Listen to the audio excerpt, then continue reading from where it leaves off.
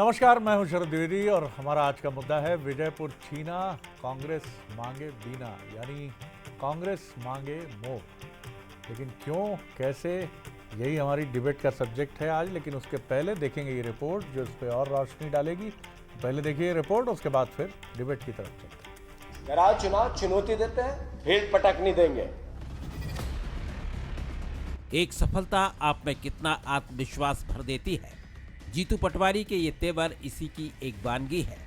विजयपुर उपचुनाव में जीत और बुदनी में कड़ी टक्कर देने के बाद कांग्रेस में लंबे समय के बाद आत्मविश्वास लौटा है और अब उसकी नजर बीना पर है, जहां की विधायक निर्मला सप्रे बीजेपी में शामिल होने का ऐलान कर चुकी हैं। लेकिन उन्होंने अब तक विधायक पद से इस्तीफा नहीं दिया है, लिहाजा अब कांग्रेस उनके खिलाफ कोर्ट जाने की तैयारी में है और जीतू पटवारी ने खुलेआम चुनाव मैदान में पटखनी देने की चेतावनी दे दी है। अब वो कहती है मैं कांग्रेस में हूँ कि बीजेपी में हूँ, अखबार कुछ लिखते ही नहीं है, तो आखिर वो कहाँ है? अगर हमने तो कहा इसको हटाओ, तो क्यों बीजेपी डर रही है? क्यों मोहन यादव डर रहे हैं? अरे आप में दम हो, आपकी सरकार है, आप में कलेजा है, तो इस्तीफा लो और चुनाव कराओ, जनता के बीच में जाओ, जनता मैंडेट देगी। कराओ चुनाव, चुनौती देते हैं, भीड़ पटकनी देंगे। विजयपुर उपचुनाव में जीत ने बढ़ाया कांग्रेस का आत्मविश्वास। बूथ स्तर पर संगठन को मजबूत करने का कांग्रेस को फायदा। अब बीना में टक्कर देने की तैयारी में पीसीसी चीफ जीतू पटवारी। इधर जहां कांग्रेस उत्साह से लवरेज है, तो जीतू पटवारी बीना में पटखनी देने की चुनौती दे रहे हैं। उधर बीजेपी इसे पटवारी का ओवर कॉन्फिडेंस करार दे रही है। जीतू पटवारी जी अगर चाहें तो कांग्रेस के सारे जो अभी विधायक है सबसे इस्तीफा दिलवा के, अब तो तुम जीत ही रहे हो, सबसे दिलवा के एक बार लड़वा लो। मध्य प्रदेश विधानसभा चुनाव में करारी हार ने कांग्रेस को तोड़कर रख दिया था। ऐसे में विजयपुर में मिली जीत उसे संजीवनी की तरह लग रही है। लेकिन कहीं ये आत्मविश्वास अति आत्मविश्वास में न बदल जाए, कांग्रेस को इसका ख्याल तो रखना ही होगा। तो आपने देखा कि किस तरह की बॉडी लैंग्वेज है जीतू पटवारी जी की कि कराओ चुनाव, हो जाए चुनाव, फिर पटकनी देंगे। सही बात है, जीत की गंध, जीत का स्वाद ही ऐसा है कि यह आपके पूरे व्यक्तित्व को बदल कर रख देती है। लेकिन ये भी सलाह दी जाती है कि कॉन्फिडेंस और ओवर कॉन्फिडेंस के बीच में एक बड़ी बारीक सी लाइन होती है। इसीलिए कई प्लेयर्स जीतने के बाद भी एक विनम्र मुस्कान के साथ कहते हैं कि हाँ, आज का दिन मेरा था और मेहनत करेंगे, आपकी अपेक्षाओं की कसौटी पर खरा उतरने की कोशिश करें। लेकिन जीत के बाद जीतू पटवारी जी का जो रिएक्शन है, मैं नहीं कहूँगा कि वो ओवर कॉन्फिडेंस है, वो एक युवा नेता का कॉन्फिडेंस है और वो पूरी ताकत लगा के अपने कॉन्फिडेंस को बता भी रहे हैं।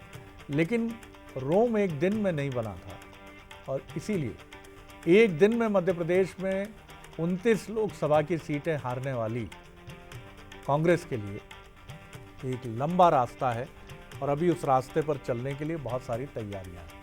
बंसल न्यूज़ के सुलगते सवाल देख लीजिए, क्या विजयपुर जीत से कांग्रेस को बूस्टर डोज मिल गया है? सवाल नंबर 2, बीना के लिए जीतू पटवारी का चैलेंज कांग्रेस के लौटते कॉन्फिडेंस का सबूत है। और सवाल नंबर 3, कांग्रेस के सामने जीत से मिली ऊर्जा को सही दिशा देने की चुनौती है, जो बहुत महत्वपूर्ण बात है। जो मेहमान हमारे साथ हैं उनसे मिल लीजिए। स्टूडियो में मेरे साथ हैं रवि वर्मा जी, प्रवक्ता हैं, युवा नेता हैं कांग्रेस के, बहुत स्वागत है साहब। मनोज सैनी जी हैं, executive editor political affairs, Manoj का बहुत स्वागत है। और साथ ही पंकज चतुर्वेदी जी हैं, senior leader, motivational speaker, writer, उनका बहुत स्वागत है।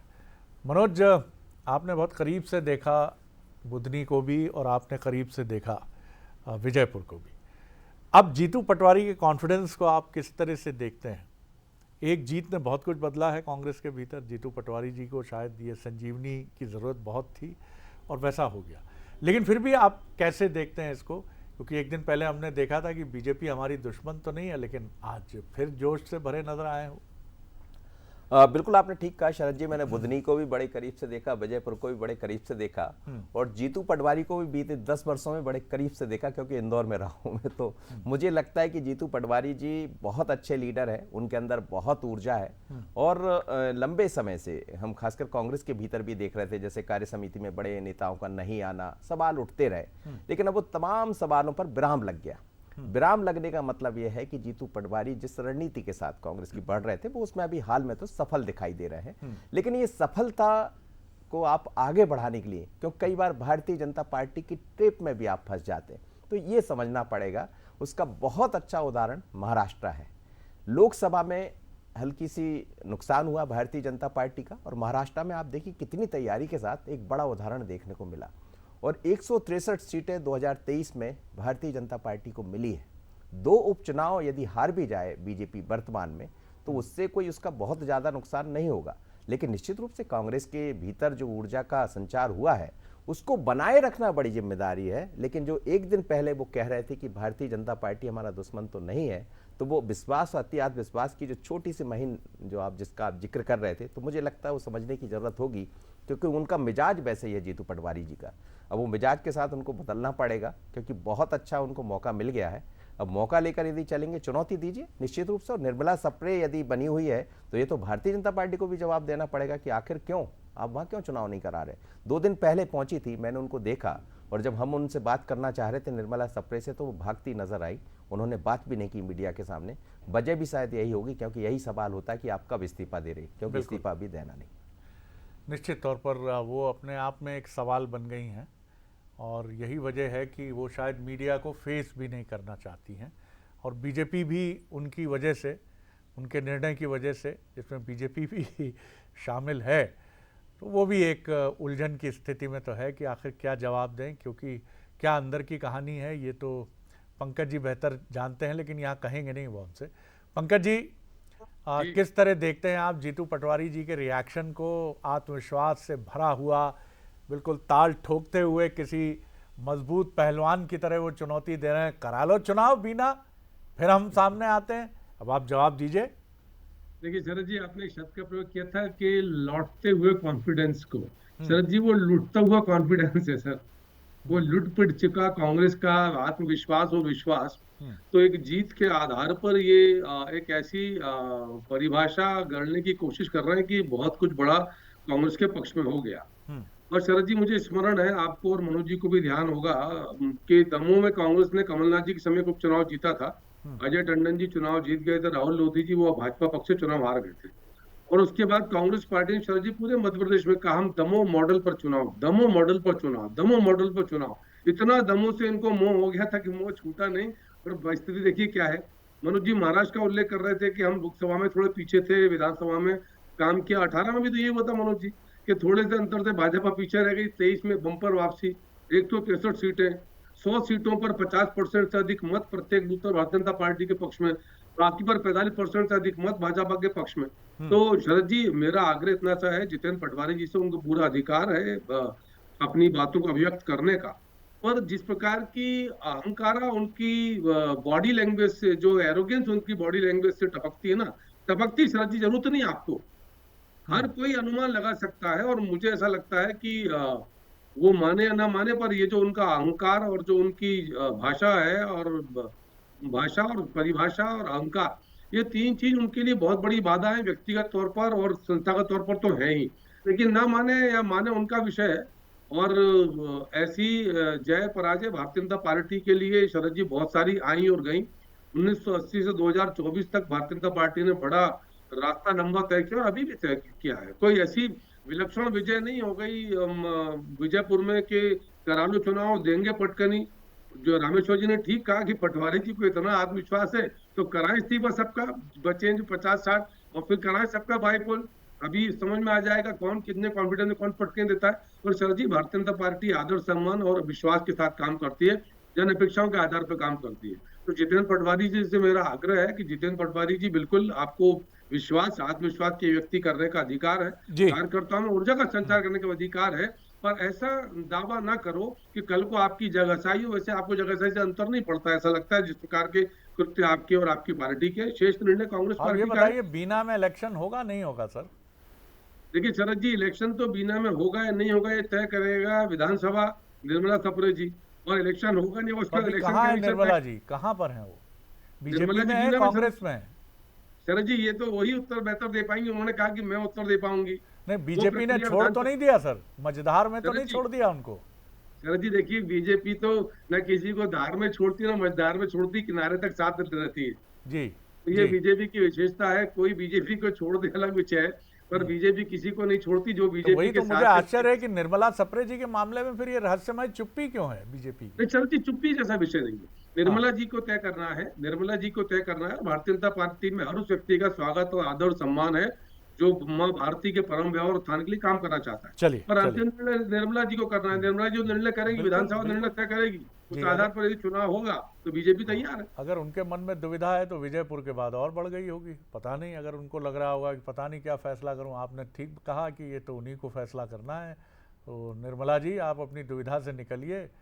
खुदा तू इस तरफ कर दे या कि मुकम्मल इस तरफ कर दे, खुशी दे तू मुझे या गमों की इंतहा कर दे, खुदा तू बीजेपी की तरफ कर दे या कांग्रेस की शरद जी तरफ कर खुशी दे। मिलेगी उनको, जी। शरद जी मिलेगी तो खुशी उनको। जी जी। चलिए, अब मैं वर्मा जी की तरफ आता हूं। रवि जी, स्ट्राइक रेट जो सीधे मुकाबले में बीजेपी और कांग्रेस का है, तो उसमें 15% जीत का रेशियो आपकी तरफ आता है, 85% बीजेपी की तरफ आता है। तो विजयपुर में ये नहीं कहूँगा अपवाद है, आपने अच्छा चुनाव लड़ा, क्योंकि बुधनी के नतीजे भी बता रहे हैं टक्कर आपने खूब दी। अच्छा चुनाव लड़ा, संगठनात्मक कमजोरियों को दूर करने की कोशिश की, लेकिन एक दिन में ठीक नहीं होगा सब कुछ। बहुत ज़्यादा आत्मविश्वास तो नहीं है कांग्रेस के भीतर इस जीत के बाद? नहीं, आज देखिए संविधान दिवस है शरद जी, और कांग्रेस पार्टी तमाम संविधान के दायरे में चलती है और उसे मानती है और उसे आत्मसात करके ही चलती है।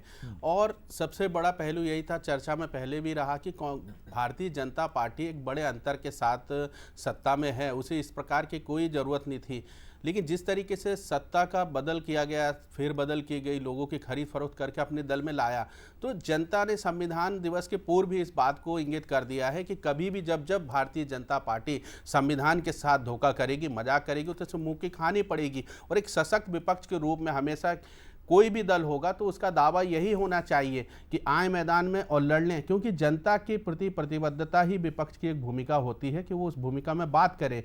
अब घमंड की बात है तो पंकज जी घमंड कह रहे थे, भारतीय जनता पार्टी के नेताओं की भी बोली भाषा हम देख सकते हैं। उनके गृह मंत्री तो अपने राष्ट्रीय अध्यक्ष का हाथ पकड़ के ही सार्वजनिक मंचों से पीछे कर देते हैं। तो आदर और सम्मान या भाषा, बॉडी लैंग्वेज, ये सब देखे जा सकती है भारतीय जनता पार्टी के नेताओं में। लेकिन विपक्ष का एक जो चेहरा होना चाहिए, जो एक भाषा होनी चाहिए, वो निश्चित तौर से जीतू पटवारी जी सही बात कर रहे हैं। क्योंकि डरी और सहमी भारतीय जनता पार्टी बुधनी और विजयपुर से डरी हुई है, क्योंकि लोक सेवा प्रबंधन विभाग की भी जो रिपोर्ट आई है, जिसमें 30 में से 12 मंत्री ए की श्रेणी में है, 11 बी और 6 मंत्री ऐसे जो सी, जिसमें उप मुख्यमंत्री राजेश शुक्ला जी भी, और जो शिक्षा विभाग, किसकी रिपोर्ट है? आपकी है, बीजेपी लोक की सेवा है? प्रबंधन विभाग की रिपोर्ट, ये हमारी नहीं है, ये लोक सेवा प्रबंधन विभाग की। तो ये विभाग की रिपोर्ट के बाद भी समझा जा सकता कि भाजपा कितनी और डरी सहमी है कि एक साल में कोई ऐसा तीर नहीं मार पाए कि भारतीय जनता पार्टी उपचुनाव में अलोकप्रिय हो गई। जो भाजपा अपना दम भरती उसके कैडर का, और अभी तो सदस्यता अभियान भी चल रहा था, इतनी सदस्यता की गई कि एकदम अव्वल थे, फिर ये सदस्य कहां चले गए? उन्होंने क्यों भारतीय जनता पार्टी को आईना दिखाया? तो जनता ही सर्वोपरि है। संविधान से जब जब मजाक करेगी भारतीय जनता पार्टी, उसे मुंह की खानी होगी शरद जी। संविधान अभी भी आपके साथ है। जातिगत जनगणना की बात अगर मैं बात करूं मंगलवार की, तो फिर दोहराई है राहुल गांधी जी ने। मल्लिकार्जुन खड़गे जी ने फिर कहा है कि हम बैलेट पेपर से मतदान कराने के लिए पूरे देश में अभियान चलाएंगे। और उधर सुप्रीम कोर्ट में वो याचिका खारिज हुई है, कोई पाल साहब हैं जिन्होंने ये मांग की थी कि ईवीएम से चुनाव ना हो, तो सुप्रीम कोर्ट ने कहा कि जब जीतें तो ईवीएम अच्छा, और जब न जीतें तो ईवीएम को लेकर रुदाली, ये अच्छी बात नहीं है। मनोज, सवाल ये है कि अब कांग्रेस की रणनीति क्या होनी चाहिए? ये अच्छा, एक उसके पास पॉइंट तो है कि आप निर्मला सप्रे के विषय को लेकर घेर सकते हैं कि क्या स्टेटस है, और अब कोर्ट में जाने की भी बात है। तो ये रणनीति तो कांग्रेस की बेहतर दिखती है कि आप, क्योंकि बीजेपी को ये असुविधाजनक सवाल तो लगता ही है कि निर्मला सप्रे का आखिर क्या हो रहा है। देखिए, पिछली बार भी भारतीय जनता पार्टी ने यही किया था, जब सचिन आए, सचिन बिरला बड़वाए से जो विधायक थे कांग्रेस के, लेकिन बाद में भारतीय जनता पार्टी ने उनको ज्वाइन करा लिया। अंत तक ये चलता रहा और अंततः चुनाव के बाद वो भारतीय जनता पार्टी के विधायक बन गए। तो जो मेरे पास जानकारी है कि भारतीय जनता पार्टी ये चाहती है कि सचिन की तरह निर्मला सप्रे चलती रहे। जैसे अभी पंकज जी कह रहे थे कि वो तो बहुत खुश है, आगे भी खुश रहेंगी। खुश क्यों नहीं होंगी जब सरकार का पूरा सपोर्ट है। कहा यह जा रहा है कि वहाँ का कलेक्टर मतलब जो भी है सागर के जो उनके जिले में आते हैं, वहाँ का एक भी काम निर्मला सप्रे से बिना पूछे नहीं हो सकता। तो इतना जलवा तो भारतीय जनता पार्टी के विधायक का भी नहीं है जितना निर्मला सप्रे का, जैसी खबरें आती। जहां तक आप जिस बात की तरफ इशारा कर रहे थे कि कांग्रेस आखिर क्या, तो कांग्रेस को तो शरद जी बहुत अच्छा मौका मिला है, लेकिन इस जोखिम को समझना पड़ेगा। क्योंकि आप यदि सड़क पर है, आप यदि फील्ड पर है, जो भारतीय जनता पार्टी के बारे में अलग तरह से कहा जाता है कि वो एक अलग तरह की रणनीति के साथ आगे बढ़ती है, लेकिन कांग्रेस के साथ तो आंदोलन की पार्टी है। तो मुझे लगता है कि आप निर्मला सप्रे को लेकर भी आंदोलन करिए, सड़क पर उतरिए, कोर्ट के दरवाजे आपके लिए खुले हैं। खबरें यह है कि शायद 15 दिसंबर के या 16 दिसंबर के बाद कांग्रेस कोर्ट जाने की तैयारी में भी ऐसा होता है तो निश्चित रूप से भारतीय जनता पार्टी के लिए मुश्किलें बढ़ेंगी और इसका जवाब तो देना ही पड़ेगा। आखिर क्या सचिन की तरह तो निर्मला नहीं चल पाएगी, क्योंकि अभी थोड़ी सी ऊर्जा कांग्रेस को मिल गई है। अब उसका कितना वो इस्तेमाल करती है, पर मौका बहुत अच्छा है।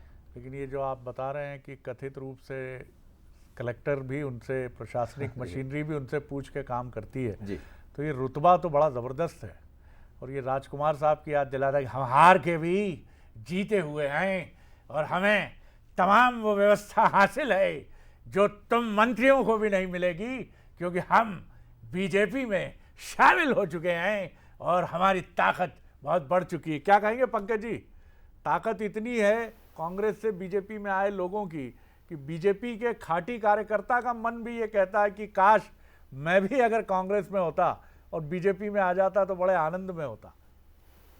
देखिए शरद जी, भारतीय जनता पार्टी के सिद्धांत बहुत स्पष्ट है। जो भारतीय जनता पार्टी का कार्यकर्ता, जो फूल की पार्टी का कार्यकर्ता, वो मूल कार्यकर्ता और मूल्यवान कार्यकर्ता। तो हर कार्यकर्ता भारतीय जनता पार्टी के लिए मूल्यवान कार्यकर्ता है। इसीलिए भारतीय जनता पार्टी के बूथ के संगठन पर्व में शरद जी पूरे प्रदेश में बूथ संगठन पर्व के चुनाव संपन्न हुए। बूथ अध्यक्षों को बग्गी पर, घोड़े में, पालकी पर, हाथी पर, बूथ के अध्यक्ष को, उस बूथ अध्यक्ष का आदर सम्मान करने, सम्मानित प्रदेश अध्यक्ष, संबंधित संगठन महामंत्री, मुख्यमंत्री जी उनका सम्मान आदर कर रहे हैं, केंद्रीय नेतृत्व के लोग आ रहे हैं, उनका आदर कर रहे हैं। तो जिस प्रकार का आदर सम्मान एक बूथ अध्यक्ष के दायित्ववान पार्टी के कार्यकर्ता को मिलता है, इससे आप अनुमान लगाइए कि सम्मान, संस्कार, संस्कृति, विनम्रता, ये सारे के सारे भारतीय जनता पार्टी की रीति नीति का अविभाज्य भाग है, अंग है, और इसीलिए हम लोग आनंद में रहते हैं। मनोज जी, मैंने ये नहीं कहा था कि निर्मला जी बहुत खुश है, मैंने कहा था कि आगे भी खुश रहेंगी, आज भी खुश है। मैं इसमें एक चीज और जोड़ देता हूँ आपकी बात को। आप कह रहे हैं कि बूथ का बहुत, ये भी खबरें आ रही है कि निर्मला जी ने बड़ा अच्छा काम किया तो सम्मानित कर दीजिए और चुनाव लड़वा दीजिए। देखिए रवि जी, मनोज जी, निर्मला जी का विषय तो विधि सम्मत विषय है और मैं ऐसा मानता हूं कि विधि के निर्णय के आधार पर वो काम कर रही। विधि की व्यवस्था से विधायक निर्वाचित हैं, विधि की व्यवस्था से अभी भी वो विधायक हैं और विधि की व्यवस्था के आधार पर तो ना, तो मैं ऐसा मानता हूं कि जहां विधि की व्यवस्था के आधार पर बीजेपी में नहीं आई है, वो आपके प्रति अनुराग है उनका। जी नहीं शरद जी, राग अनुराग का विषय नहीं है जी, विषय वैधानिक व्यवस्था का है। वैधानिक व्यवस्था में निर्मला जी को अंतिम निर्णय करना है कि उनको क्या करना है, कैसा करना है, उनके निर्णय क्या, क्योंकि ये आवेदन तो विधानसभा के स्तर पर भी शरद जी है ना, और विधानसभा यानी संविधान की सबसे बड़ी व्यवस्था है राज्य के स्तर की। तो विधि सम्मत प्रक्रिया है, इलेक्शन कमीशन वैधानिक व्यवस्था है, विधानसभा वैधानिक व्यवस्था है, निर्मला सप्रे संवैधानिक व्यवस्था के तहत विधायक है। तो ये प्रक्रिया राजनीतिक नहीं है शरद जी, ये प्रक्रिया वैधानिक ज्यादा है। और वैधानिक स्तर पर इसका जो निर्णय होगा भारतीय जनता पार्टी उसको स्वीकार करेगी, शिरोधार्य भी करेगी, अब उसको मान लेंगे, कोई उसमें संदेह की बात ही नहीं है। मेरा थोड़ा सा आग्रह ये शरद जी कि भारतीय जनता पार्टी की पद्धति, शैली बिल्कुल भिन्न है और निश्चित तौर पर पराजय होती है तो हम पराजय के साथ साथ जय पराजय दोनों की समीक्षा करते हैं। विजयपुर में 23 तारीख की शाम को 6 बजे से भारतीय जनता पार्टी ने आगामी चुनाव की तैयारी शरद जी प्रारंभ कर दी है। उस दिन से तैयारी प्रारंभ, और हर जगह हम यही प्रक्रिया करते हैं। जहां जीतते हैं तो मतांतर की समीक्षा करते हैं और ये तय करते हैं कि इस बार इतने मतों से जीते हैं तो अगली बार इससे 10-20-25% अधिक मतों से जीतना है, उस योजना पर काम करते हैं। तो कार्य करना, अनवरत रूप से कार्य करना, चरैवेति भारतीय जनता पार्टी का पुराना सिद्धांत है, उस पर हम काम करते हैं। तो इसलिए इस प्रकार के जो दौर आते हैं उससे बहुत प्रभाव नहीं पड़ता। ये निश्चित तौर पर पराजित हुए, जीतना था, प्रयास किए थे, कम मतों के अंतर से हारे, पर हारे तो हारे, एक लोकतंत्र है, एक वोट की हार भी हार होती है। तो इसलिए शरद जी हम जितेंद्र पटवारी जी की जो चुनौती है उसको बड़े आदर के साथ लेते हैं कि जितेंद्र पटवारी जी आप तो वही करिए जो रामेश्वर जी ने कहा कि क्या आप क्या कहते पटकनी देंगे, चुनाव करा लो, तो कराओ सारे के सारे 60 जितने बच्चे इस्तीफे, फिर देखते हैं कौन किसको पटकनी देता है। चलिए। उतना साहस नहीं शरद जी, जी इसको जी क्या कहते हैं कि ये कोरा आत्मविश्वास है शरद जी। और आपने ठीक परिभाषित किया कि ये आत्मविश्वास कम है या अति आत्मविश्वास ज्यादा है। मैंने ऐसा नहीं कहा क्योंकि सर, मतलब पूरे मैंने ऐसा पूरे नहीं कहा पूरे सर, देश मैंने नहीं ऐसा सर, नहीं कहा सर। मैंने कहा बड़ी पूरे- बारीक रेखा होती है, लेकिन मैं ये नहीं हाँ। कह रहा हूं कि उन्होंने जो कहा है वो अति आत्मविश्वास है। शरद जी, हाँ। पूरे देश में सर दुर्दशा है, माफ कीजिए शब्द खराब है, लेकिन हम देख रहे हैं क्या स्थिति कांग्रेस पार्टी की। सर महाराष्ट्र में पूरा इंडी गठबंधन मिलाकर बीजेपी के बराबर नहीं आ पाए सर, अकेली बीजेपी 55 पर पूरे सब जी सिमट गए चलिए सर। मैं जवाब लेता हूं। नेता प्रतिपक्ष की जी स्थिति नहीं, जी राज्यसभा के लायक नहीं बचे महाराष्ट्र से। तो ऐसी ऐसी दुर्दशा हुई है महाराष्ट्र में, फिर सुनने समझने को तैयार नहीं है। नहीं, ये आपकी बात समीक्षक भी मान रहे हैं कि हाँ, बहुत जिस तरह से एक डिपिकल लोकसभा इलेक्शन में फील हुआ था, बीजेपी ने उसकी शानदार वापसी की है। और ये भी सही है कि फैक्ट वाइज अगर हम देखें तो सीधे मुकाबले में बीजेपी के सामने कांग्रेस कहीं नहीं ठहर रही है। गठबंधन और रीजनल पार्टीज जहां हैं वहां नतीजे भिन्न हो जाते हैं बीजेपी के, लेकिन जहां कांग्रेस से सीधी लड़ाई है, महाराष्ट्र में भी करीब करीब 72 सीटों में से 60 से ज़्यादा सीटों पर कांग्रेस को हार मिली है, जहां सीधी लड़ाई बीजेपी से थी। विदर्भ जो उसका बहुत ही मजबूत एरिया था, उस विदर्भ में भी बहुत पुअर प्रदर्शन रहा है कांग्रेस का। ये आप सही कह रहे हैं। मनोज जी जवाब दीजिए इनका। जी आप कुछ कहना चाह रहे हैं? रवि मैं हाँ रवि जी जी शरद जी, दरअसल कुछ लोगों की जो विचारधारा होती है वो कपड़ों की तरह होती है, वो कभी भी बदल लेते हैं। लेकिन हमारे लिए जो विचारधारा है वो एक बल्दियत की तरह है शरद जी, क्योंकि बल्दियत कभी बदली नहीं जा सकती है। कुछ इसी तरह का मामला आज बीना के विषय में है कि विचारधारा जो है एकदम इस तरह से बदली जा रही है। वो कभी कह रही हैं कि भाजपा में मैं नहीं गई हूँ, कभी देखा जा रहा है कि भाजपा के कार्यालय में, मुख्यमंत्री के मंचों पर, ठीक है ये एक अलग विषय हो सकता है वो काम को लेकर, क्योंकि पंकज जी यही कहेंगे। लेकिन भूपेंद्र सिंह जी जो एक बड़े वरिष्ठ नेता हैं, वो उनका आधिकारिक ट्वीट है, वो कहते हैं अपने ट्वीट में कि निर्मला सप्रे जी भाजपा ज्वाइन कर चुकी हैं। मुख्यमंत्री जी के आधिकारिक पेज से भी ये जो खबर डली हुई है, इसमें भी लिखा हुआ है कि निर्मला सप्रे जी भाजपा ज्वाइन कर चुकी हैं। सवाल यहाँ सबसे बड़ा खड़ा हो जाता है कि जब कांग्रेस पार्टी और उमंग सिंगार जी ये तय कर चुके हैं, स्पष्ट कर चुके हैं कि निर्मला सप्रे जी जो है हमारे विधायक दल का हिस्सा ही नहीं हो, जीतू पटवारी जी ने तो आज स्थिति और क्लियर कर दी है, तब ऐसी स्थिति में भारतीय जनता पार्टी बताए कि क्यों इतनी डरी सहमी है, क्यों वो चुनाव से लगातार भाग रही है। क्योंकि हम विधानसभा की कार्रवाई के लिए भी पत्र भेज चुके हैं, कानूनी रूप से उसका समय भी बीत चुका है, उसका जवाब ना आना कहीं ना कहीं ये संविधान के दायरे से बाहर हो जाता है। तो भाजपा को ये बताना होगा। पंकज जी अभी विश्वास, आत्मविश्वास की बात कर रहे थे, तो वो बताएं क्यों भाजपा का आत्मविश्वास इतना कमजोर क्यों है, वो क्यों लगातार भाग रहे हैं। हमारा तो समय निकल चुका, अब न्यायालय एक बचता है, तो न्यायालय भी हम जाएंगे। और निश्चित तौर पर अगर भारतीय जनता पार्टी और उसका कैडर इतना सक्षम है और लगातार वो जिस तरीके से अपने सदस्यता अभियान या लाडली बहना तमाम तरह की योजनाओं की भी बात करते हैं कि हमने इतना कर दिया है, तो निश्चित तौर पर वो आए ना बीना में चुनाव कराएं। क्यों नहीं करा रहे हैं? क्योंकि चुनाव कराने का फैसला अब भारतीय जनता पार्टी के पाले में है, क्योंकि उनके नेता अधिकृत रूप से मान चुके हैं। और जैसा कि चर्चा में भी आया कि बीना का कलेक्टर भी उनकी मर्जी के बिना नहीं चल पा रहा है, तो ये कहीं ना कहीं स्पष्ट रूप से चर्चा स्पष्ट हो जाती है कि भाजपा लगातार इस मुद्दे से मुंह चुरा रही है।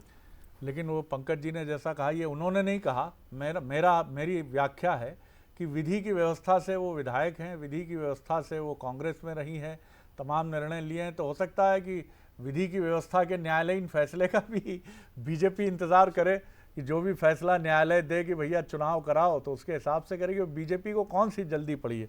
मनोज क्या देखते हैं आप? आखिर आपके पास क्या रिपोर्ट है, अंदर खाने की क्या खबर है? ये मामला अटक क्यों रहा है निर्मला सप्रे जी का, और क्यों मौका दे रहा है कांग्रेस को हमला करने का बीजेपी पर? देखिए, जो रिपोर्ट है वो अच्छी नहीं है। अभी वहाँ यदि चुनाव होते हैं तो भारतीय जनता पार्टी भी इन बातों को समझ रही है कि विजयपुर जैसा टफ होगा चुनाव। जो मेरे पास खबरें हैं, 3 दिन पहले मैं ही कहीं बैठा हुआ था और मैं देख रहा था निर्मला सप्रे भी वहाँ पहुँची हुई थी, तो मैंने तो खुद देखा सुना है। तो जहाँ तक जो खबरें आ रही है कि बीजेपी इस मूड में बिल्कुल नहीं है कि वहाँ पर अभी कोई चुनाव कराया जाए, बल्कि ये भी खबरें हैं शरद जी, एक सर्वे कहें इसको या एक आकलन करें कि अब इस पर भी विराम लग रहा है कि कितने लोग कांग्रेस से आ रहे हैं, क्यों ना इस पर अब यदि ज़रूरत नहीं है तो उसको थोड़ा रोका जाए। तो ये सब उसी का हिस्सा है। तो मुझे नहीं लगता है कि भारतीय जनता पार्टी या विधि का विधान कुछ ऐसा बन जाए जिसमें चुनाव हो जाए, जैसा कहते हैं तो बात अलग है। लेकिन अभी विधि के मुताबिक भारतीय जनता पार्टी आगे बढ़ती रहेगी और जैसा सचिन के साथ हुआ था वैसे ही दिखता रहेगा। और इसमें भी कोई नुकसान नहीं है। आप ले आइए, अधर में रखिए। आप हैं तो बीजेपी में तकनीकी तौर पे भले ही ना हो, लेकिन हैं बीजेपी में, काम हो रहे हैं, प्रसन्नता हो रही है। कांग्रेस उधर पीड़ा से भरी हुई है कि हमारा व्यक्ति भी ले गए, वो हमारा भी नहीं है और बीजेपी का भी नहीं है। बड़ी मुश्किल है। और बीजेपी इससे भी, ये भी कोई गारंटी नहीं कि आप ले आइए कांग्रेस से विधायक को तो जिताने की गारंटी भी बीजेपी ले ले कि नहीं साहब हम जिता के भी लाएंगे।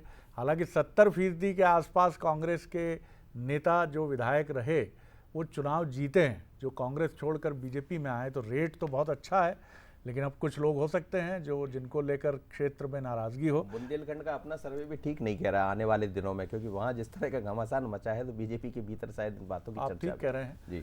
3 बड़े नेताओं के बीच जो पिक्चर वहाँ पर है, वो पिक्चर उलझी हुई नहीं है तो सुलझी हुई तो कतई नहीं है।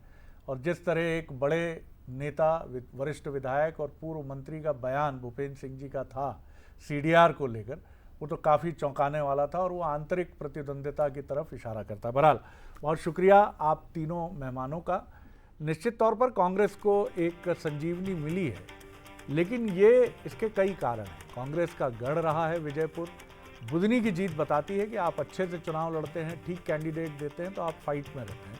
लेकिन अभी सितारों से आगे आसमान और भी है, लंबी लड़ाई है। कांग्रेस को कमर कस के रखना चाहिए, असंभव कुछ भी नहीं है। लेकिन हाँ, इस जीत के मतलब ये भी नहीं है कि आप बहुत खुलकर चुनौती देने लगे। चुनौती देना अच्छी बात है, लेकिन वो पार्टी की बंद बैठकों में, पार्टी के कार्यकर्ताओं के सामने वो जोशीला चेहरा सामने हो। सामने अभी प्रेशर लेने की ज़रूरत नहीं है। जो समीक्षक कहते हैं कि आप एक प्रेशर ले लीजिए कि ये चुनाव भी हम जीतेंगे, खम ठोक कर कह रहे हैं, ये अपने ऊपर दबाव लेना है। और जीतू पटवारी जी को शायद अभी इससे बचना चाहिए। आगे देखिए छत्तीसगढ़ आज का मुद्दा, दिवस संविधान, सियासी घमासान। नमस्कार।